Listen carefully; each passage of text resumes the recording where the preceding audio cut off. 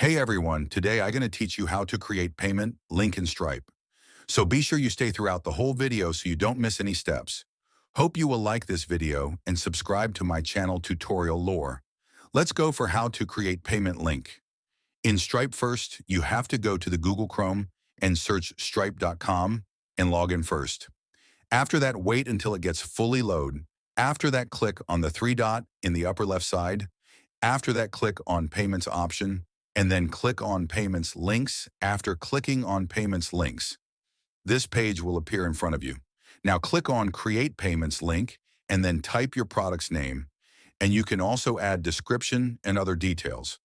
Now click on Done, and now see at left side, you will see the option of Advanced Option. Click on it, and then you will see this thing you have to pay first by your debit or credit card, and then in upper, you will see in Create Link option after paying.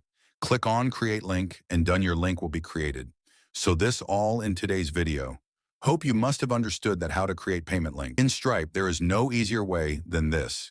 If you still don't understand anything, then you can comment. I will definitely reply to you or make a video on your topic. Hit the like button and press the subscribe, drop a comment. Thanks.